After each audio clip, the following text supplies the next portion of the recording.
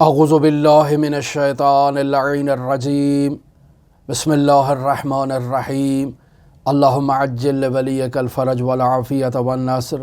وجعلنا من خیر اعوانہ وانصارہ وشیعتہ ومحبیہ۔ عزیزان محترم، شیخ مفید رحمۃ اللہ علیہ کے حالات زندگی و واقعات پر آپ کے ساتھ گفتگو جاری ہے۔ بیان ہوا محمد بن نعمان المعروف شیخ مفید، المعروف ابن معلم، امام المتکلمین، امام الرافضہ، ایسے عناوین سے شیخ مفید رحمۃ اللہ علیہ اپنے دوستوں میں، عقیدت مندوں میں اور دشمنوں میں شہرت رکھنے والی شخصیت، در واقع چوتھی صدی ہجری کے ایک نہایت ہی نامور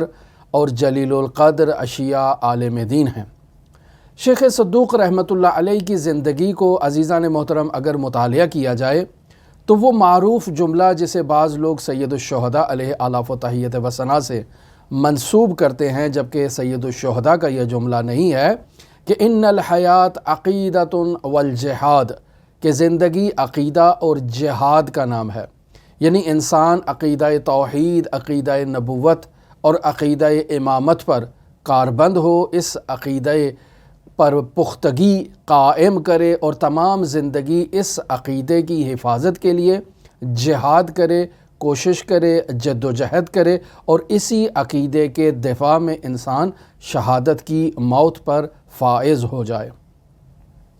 لہٰذا یہ معروف جملہ ہے، ہم پہلے بھی بیان کر چکے ہیں کہ اسے نسبت دی جاتی ہے سید الشہداء کی طرف، جبکہ یہ سید الشہداء کا کلام نہیں ہے۔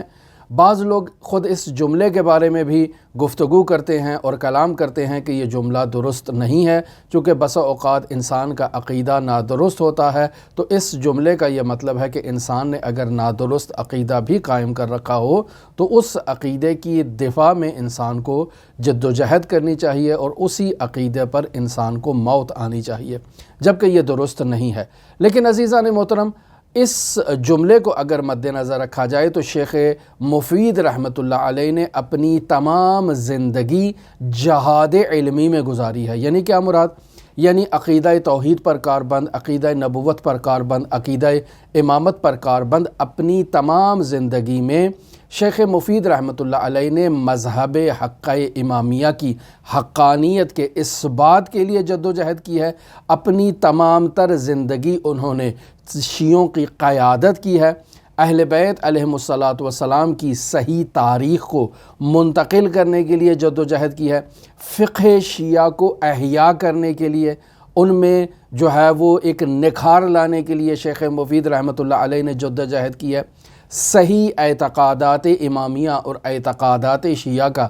دفاع کرنے کے لیے شیخ مفید رحمۃ اللہ علیہ نے اپنی تمام زندگی کو وقف کر رکھا تھا۔ ہم نے بیان کیا کہ شیخ مفید رحمۃ اللہ علیہ نے فقہی میدان میں فقہی قواعد و ضوابط کی روشنی میں در واقع اجتہاد کی ایک ایسی نئی روش کو ایجاد کیا، اور پھر شیخ مفید رحمۃ اللہ علیہ کے بعد ان کے شاگردوں یعنی سید مرتضیٰ علم الہدیٰ نے اپنی کتاب الذریعہ اور شیخ طوسی رحمۃ اللہ علیہ نے اپنی کتاب عدۃ الاصول میں اسی روش کو جاری رکھا، اور در واقع شیخ مفید رحمۃ اللہ علیہ نے فقہ شیعہ میں ایک ایسا انقلاب برپا کیا جو آج تک جاری و ساری ہے، اور شیخ مفید کی تعلیمات آج بھی باقاعدہ حوزہ علمیہ میں ان کی چھاپ موجود ہے۔ علم کلام میں شیخ مفید رحمۃ اللہ علیہ بے نظیر مہارت کے حامل شخص تھے۔ در واقع شیخ مفید رحمۃ اللہ علیہ نے علم کلام کو فروغ دیا، اسے پھیلایا، اور در واقع شیخ مفید رحمۃ اللہ علیہ سے پہلے یہ علم کلام صرف کتابوں میں تھا، شیخ مفید رحمۃ اللہ علیہ نے باقاعدہ اسے زبانوں پر جاری کیا ہے، یعنی اس علم کلام کو زبان دینے میں شیخ مفید رحمۃ اللہ علیہ کا ایک نمایاں کردار موجود ہے۔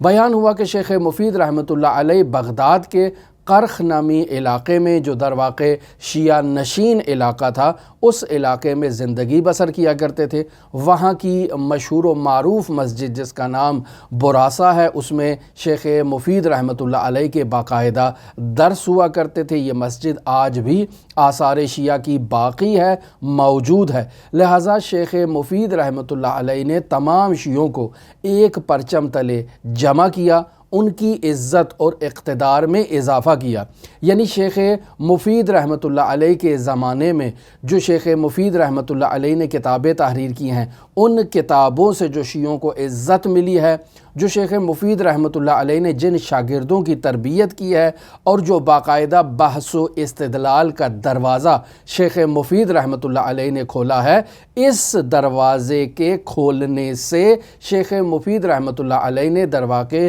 شیعیان جہان کو جو عزت عطا کی ہے، یہ شیخ مفید رحمۃ اللہ علیہ سے پہلے یہ اعزاز شیعوں کو حاصل نہیں تھا۔ یعنی درواقع اس دور میں بغداد میں درواقع شیعوں کی جو ایک کرسی بحث ہے وہ شیخ مفید سے پہلے موجود نہیں تھی۔ یعنی بغداد میں مختلف مذاہب کے علماء آباد تھے اور باقاعدہ دربار خلافت میں گفتگو ہوا کرتی تھی، بحث ہوا کرتی تھی۔ تمام متکلمین وہاں دربار میں جمع ہو کر اپنے اعتقادات کا اظہار کیا کرتے تھے، بیان کیا کرتے تھے۔ نامور اہل سنت بغداد میں موجود تھے اور ان کی کلامی روش، چاہے وہ معتزلہ ہو چاہے وہ اشعری ہوں، دونوں وہاں پر موجود تھے۔ اپنی محفلوں میں، اپنی گفتگوؤں میں ایک دوسرے سے مناظرے کیا کرتے تھے، اپنے نظریات کو بیان کیا کرتے تھے۔ اور درواقع شیخ مفید رحمۃ اللہ علیہ سے پہلے صرف اشعریوں کا اور معتزلیوں کا ڈنکا بجا کرتا تھا، یعنی صرف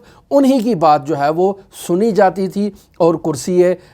صدارت پر بیٹھی جو بیان کی جاتی تھی، اور انہی کی بات کو جو ہے وہ پختگی حاصل تھی اور بیان کی جاتی تھی، اور فائنل ڈیسیجن یا فائنل نظریہ یا معتزلیوں کا ہوتا تھا یا اشعریوں کا ہوتا تھا۔ لیکن شیعہ تاریخ میں شیخ مفید رحمۃ اللہ علیہ وہ ہستی ہیں جنہوں نے باقاعدہ ان علمی مناظروں میں، ان علمی محفلوں میں داخل ہوئے، باقاعدہ وہاں جا کر انہوں نے اپنے جو ہے وہ کلام راسخ سے، کلام پختگی سے انہوں نے وہاں جا کر ان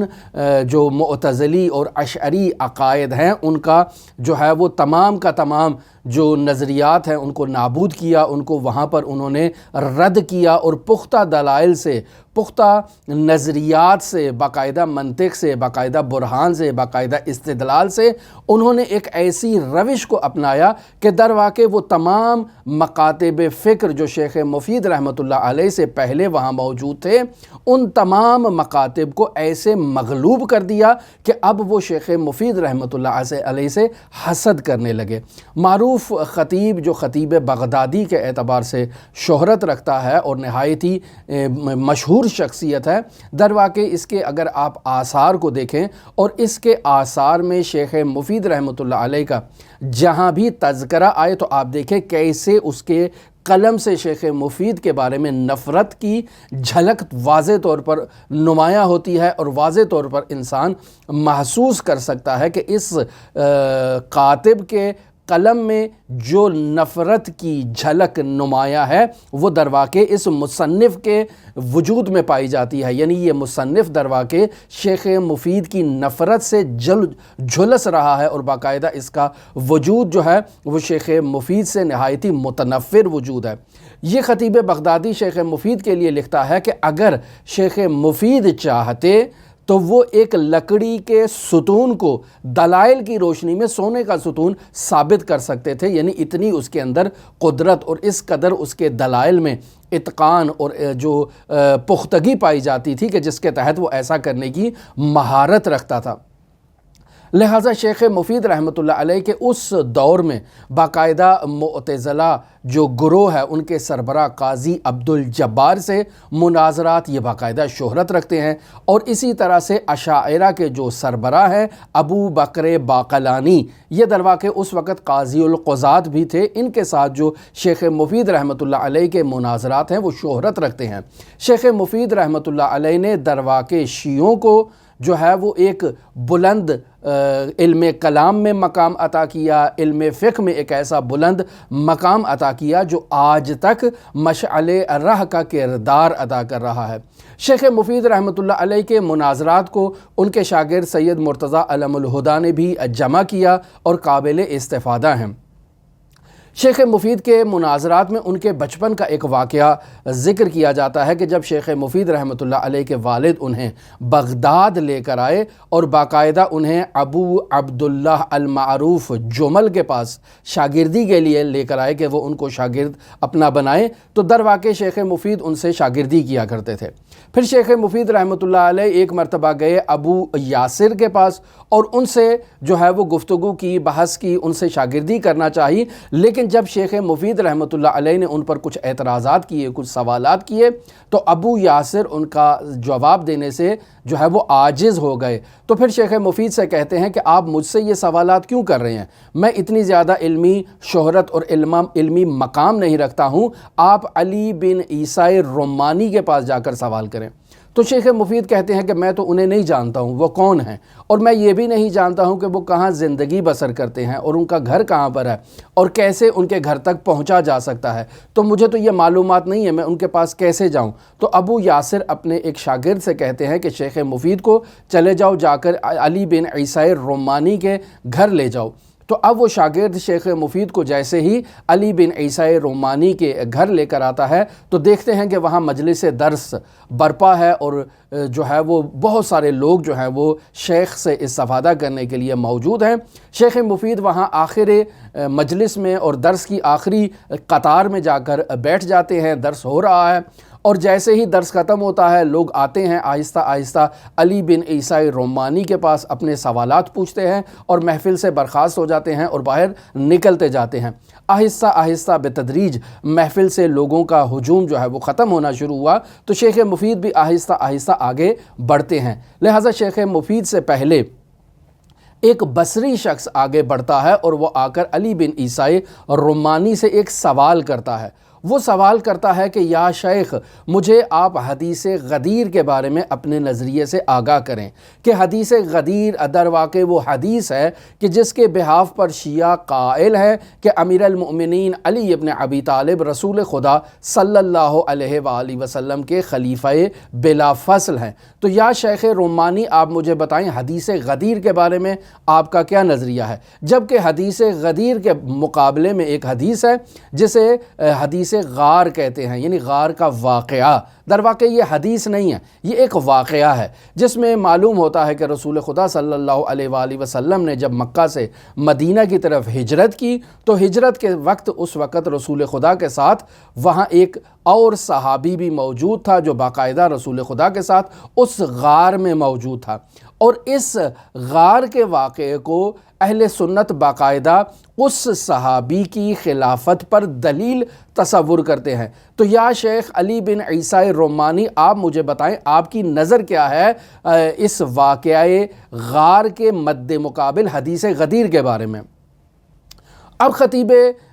جو سائل بصری ہے، اس سائل بصری کے جواب میں شیخ علی بن عیسیٰ الرمانی جواب دیتے ہیں اور کہتے ہیں کہ دیکھو وہ غار والا واقعہ جو ہے وہ درایت پر مشتمل ہے، وہ روایت نہیں ہے، وہ درایت ہے، ایک ایسا واقعہ ہے جو مسلمہ تاریخی واقعہ ہے، اس سے کسی کو انکار نہیں ہے۔ لیکن اگر آپ غدیر کی حدیث کو دیکھ لیں تو یہ روایت ہے، اور میں آپ کو ایک قانون بتاتا ہوں، اور وہ قانون یہ ہے کہ جب بھی درایت اور روایت کا آپس میں تقابل کیا جائے تو درایت روایت پر مقدم ہوتی ہے۔ لہٰذا یہ جواب سن کر سائل خاموش ہو جاتا ہے، چونکہ سائل کو یہ معلوم ہو جاتا ہے کہ علی بن عیسیٰ رمانی در واقع یہ کہنا چاہ رہے ہیں کہ واقعہ غار جو درایت پر مشتمل ہے وہ روایت غدیر پر فوقیت اور تقدم رکھتا ہے۔ لہٰذا یہ شیعہ جو نظریہ قائم کر رہے ہیں کہ علی ابن ابی طالب رسول خدا کے خلیفہ بلا فصل ہیں، یہ روایت ہے، جبکہ غار کا واقعہ درایت ہے اور وہ مقدم ہے۔ پس رسول خدا صلی اللہ علیہ وآلہ وسلم کے بعد ان کے پہلے خلیفہ جو ہیں وہ ان کے جانشین ہیں، کیوں؟ چونکہ واقعہ غار جو ہے وہ اس بات کی دلیل کرتا ہے اور دلالت کرتا ہے کہ رسول خدا در واقع جس صحابی کو اپنے ساتھ ہجرت کے لیے لے گئے تھے در واقع وہ ان کا معتمد خاص تھا، اور در واقع وہی صحابی رسول خدا کے بعد ان کا جانشین اور ان کا وصی قرار پائے گا۔ لہٰذا وہ بصری یہ سوال سنتا ہے، یہ جواب سنتا ہے اور وہاں سے اٹھ کر چلا جاتا ہے۔ اب جب شیخ مفید رحمۃ اللہ علیہ کی باری آتی ہے تو شیخ مفید رحمۃ اللہ علیہ علی بن عیسیٰ الرمانی کے پاس آگے بڑھتے ہیں اور کہتے ہیں کہ یا شیخ مجھے بھی آپ سے ایک سوال ہے، اور وہ سوال یہ ہے کہ آپ امام عادل کے بارے میں جس پر خروج کیا جائے تو اس خروج کرنے کے والے کے بارے میں آپ کی کیا رائے ہے؟ یعنی جو شخص امام عادل پر خروج کرتا ہے، امام عادل سے جنگ کرتا ہے، اس شخص کے بارے میں آپ کا کیا نظریہ ہے؟ تو علی بن عیسیٰ الرمانی فوراً فی البداہہ کہتا ہے کہ وہ شخص کافر ہے، لیکن پھر فوراً متوجہ ہو جاتا ہے کہ میرا یہ جواب جو ہے یہ مجھے کسی گرفت میں لا سکتا ہے، تو فوراً اپنے جواب کو تبدیل کرتا ہے کہ وہ شخص منافق ہے۔ پس پہلے کافر کہتا ہے لیکن بعد میں اپنے جواب کو تبدیل کرتا ہے کہ نہیں وہ شخص منافق ہے۔ اچھا چلو جواب تو تبدیل ہو گیا۔ پھر شیخ مفید رحمۃ اللہ علیہ سوال کرتے ہیں کہ آپ کا امیر المؤمنین علی ابن ابی طالب کی امامت کے بارے میں آپ کا کیا نظریہ ہے؟ کیا وہ امام ہیں یا امام نہیں ہے؟ تو علی بن عیسیٰ الرمانی کہتے ہیں کہ وہ امام ہیں۔ پس پہلا سوال شیخ مفید کا یہ تھا کہ امام عادل کے بارے میں آپ کی کیا رائے ہے؟ جو امام عادل کے خلاف قیام کرے اور خروج کرے، تو وہاں علی بن عیسیٰ نے پہلے کہا کافر ہے، بعد میں کہا کہ وہ منافق ہے۔ لیکن جب امیر المؤمنین کی امامت کے بارے میں سوال کیا تو کہا ہاں وہ امام ہے۔ اچھا پس معلوم ہو گیا کہ علی ابن ابی طالب امام ہے، اور جو امام کے خلاف قیام کرتا ہے وہ کافر نہیں بلکہ فاسق ہے۔ اچھا اب یہاں شیخ مفید رحمۃ اللہ علیہ آگے سوال کرتے ہیں کہ اچھا پھر آپ بتائیے کہ طلحہ اور زبیر جو دو رسول خدا کے گراں قدر صحابی تھے، انہوں نے باقاعدہ امام عادل کے خلاف باقاعدہ ایک جنگ کا آغاز کیا، جس جنگ کا نام جنگ جمل قرار پایا تاریخ اسلام میں۔ ہم باقی افراد کے بارے میں تو گفتگو نہیں کرتے، لیکن یہ جو دو صحابی ہیں کہ جو باقاعدہ مین کردار کی حیثیت رکھتے ہیں، کہ جنہوں نے باقی تمام کو اپنے پیچھے لگایا، اور اس جنگ جمل کا جو آغاز کرنے والے دو بنیادی مین کیریکٹر اور مین کردار تھے، یہ طلحہ اور زبیر تھے۔ لہٰذا آپ کی ان کے بارے میں کیا رائے ہے؟ تو یہاں پر اس سوال کو سننے کے بعد اب وہ متوجہ ہو جاتا ہے کہ میں نے پہلے کافر کہا تھا، پھر میں نے فاسق کہا، تو در واقع یہ سوال کرنے والا بچہ مجھ سے یہ بتانا چاہ رہا ہے کہ میرے ہی جواب کے مطابق یہ طلحہ اور زبیر فاسق انسان ہیں۔ جب فاسق انسان ہے تو اس کا مطلب ہے کہ ان کی روایات کو قبول نہیں کرنا چاہیے۔ لہٰذا فوراً آ کر کہتا ہے کہ انہوں نے توبہ کر لی تھی۔ اب یہاں شیخ مفید رحمۃ اللہ علیہ دوبارہ واپس پلٹ کر شیخ کو سوال کرتے ہیں کہ یا شیخ یا علی بن عیسیٰ الرمانی، آپ نے جو بیان کیا کہ انہوں نے توبہ کر لی تھی، تو یا شیخ جمل کا واقعہ درایت ہے جبکہ ان شیوخ کا توبہ کرنا روایت ہے، تو آپ نے ابھی کچھ دیر پہلے ہی تو جو ہے وہ قاعدہ اور قانون بیان کیا کہ جہاں روایت اور درایت کا آپس میں تقابل کیا جائے تو درایت روایت پر مقدم ہوتی ہے۔ تو واقعہ جمل جو درایت ہے، اور آپ کے فتوے کے مطابق واقعہ جمل کی آتش کو برانگیختہ کرنے والے وہ افراد جو ہیں وہ آپ ہی کے فتویٰ کے مطابق جنہوں نے امام عادل کے خلاف قیام کیا ہے، در واقع انہیں فاسق ہونا چاہیے، یا پہلے فتوے کے مطابق انہیں کافر ہونا چاہیے۔ لیکن اب آپ ان افراد کے ڈیفنس میں یہ بیان کرنا چاہ رہے ہیں کہ روایت موجود ہے کہ انہوں نے توبہ کر لی ہے، تو یا شیخ آپ کے قانون کے مطابق جہاں روایت اور درایت کا آپس میں تقابل ہوتا ہے تو درایت مقدم ہوتی ہے روایت پر، جیسے آپ نے پہلے اس سائل کے جواب میں کہا۔ تو اب یہاں شیخ متوجہ ہو جاتے ہیں کہ اس نے مجھے پکڑ لیا ہے، اور اب یہاں جو ہے وہ میرے پاس راہ فرار موجود نہیں ہے۔ تو یہاں علی بن عیسیٰ الرمانی کہتے ہیں کہ جب وہ بصری مجھ سے سوال کر رہا تھا تو کیا آپ اس وقت یہاں موجود تھے؟ تو شیخ مفید کہتے ہیں کہ جی ہاں میں اس وقت موجود تھا۔ تو اب یہاں وہ علی بن عیسیٰ الرمانی شیخ مفید سے کہتے ہیں اچھا یہ بتاؤ کہ تم کس کے پاس درس پڑھتے ہو یہاں بغداد میں؟ تو شیخ مفید کہتے ہیں کہ میں ابو عبداللہ جمل کے پاس درس پڑھتا ہوں۔ تو شیخ مفید سے وہ علی بن عیسیٰ الرمانی کہتے ہیں کہ آپ یہاں کچھ دیر صبر کرو، میں اندر جاتا ہوں اور ابھی واپس آتا ہوں۔ علی بن عیسیٰ الرمانی اندر اپنے کمرے میں جاتے ہیں اور تمام واقعے کو ایک کرتاس پر، ایک کاغذ پر تحریر کرتے ہوئے ابو عبداللہ جمل کے لیے ایک خط تحریر کرتے ہیں۔ اس خط کو لفافے میں پیک کرتے ہیں اور شیخ مفید کے سپرد کرتے ہیں کہ جاؤ جا کر اسے اپنے استاد کو دے دینا۔ اب شیخ مفید جو بچپن کا عالم ہے اس خط کو لے کر آتے ہیں، آ کر اپنے استاد ابو عبداللہ جمل کے حوالے کرتے ہیں۔ ابو عبداللہ جمل اس خط کو کھولتا ہے، مسکراتا جا رہا ہے اور خط کو پڑھتا جا رہا ہے، اور بعد میں شیخ مفید رحمۃ اللہ علیہ سے یہ کہتا ہے کہ آپ کو علی بن عیسیٰ الرمانی نے اس خط میں مجھے تاکید کی ہے کہ میں آپ کا خاص خیال رکھوں، چونکہ آپ علمی نبوغ رکھتے ہیں، اور اس خط میں علی بن عیسیٰ الرمانی نے آپ کو مفید کا لقب دیا ہے۔ اب یہاں یہ بات ختم ہو گئی، آگے نقل کرتا ہوں کہ ابن شہر آشوب کہتے ہیں کہ نہیں، یہ پہلے علی بن عیسیٰ الرمانی وہ شخص نہیں تھے جنہوں نے شیخ مفید کو مفید کا ٹائٹل دیا، بلکہ ان سے پہلے امام زمان اجل اللہ تعالی فرجہ شریف نے شیخ مفید کو مفید کا ٹائٹل اور مفید کا لقب دیا۔ بعد میں جب یہ علی بن عیسیٰ الرمانی نے بھی انہیں مفید کہا تو اس کی وجہ سے شیخ مفید کی شہرت جو ہے وہ مفید کے عنوان سے مشہور ہو گئے۔ پس شیخ مفید در واقع اس آغاز جوانی میں ہی نہایتی حاضر جواب اور نہایتی ذہین، نہایتی فتین انسان تھے۔ پختہ دلائل کی روشنی میں انہوں نے اپنے زمانے میں تمام متکلمین کا جینا دوبر کر رکھا تھا، اسی وجہ سے کہ پہلے شیخ مفید سے پہلے اشعری اور معتزلی متکلم کا ڈنکا بجا کرتا تھا، لیکن اب چونکہ جب سے یہ شیخ مفید وسط میدان میں آئے ہیں اور آ کر اپنے نظریات کا پرچار کرتے ہیں، پختہ دلائل کی روشنی میں معتزلی اور اشعری متکلمین کے اعتقادات اور نظریات کا جو ہے وہ ان کو کھوکھلا کر دیتے ہیں، اور ان نظریات کو جو ان کی بنیادیں ہیں ان کو ہلا کر رکھ دیتے ہیں، لہٰذا وہ شیخ مفید رحمۃ اللہ علیہ سے حسد کرنے لگے۔ اسی حسد کی بنیاد پر انہوں نے متعدد مرتبہ شیخ مفید رحمۃ اللہ علیہ کی شکایات کی، اور انہی شکایات کے بحاف پر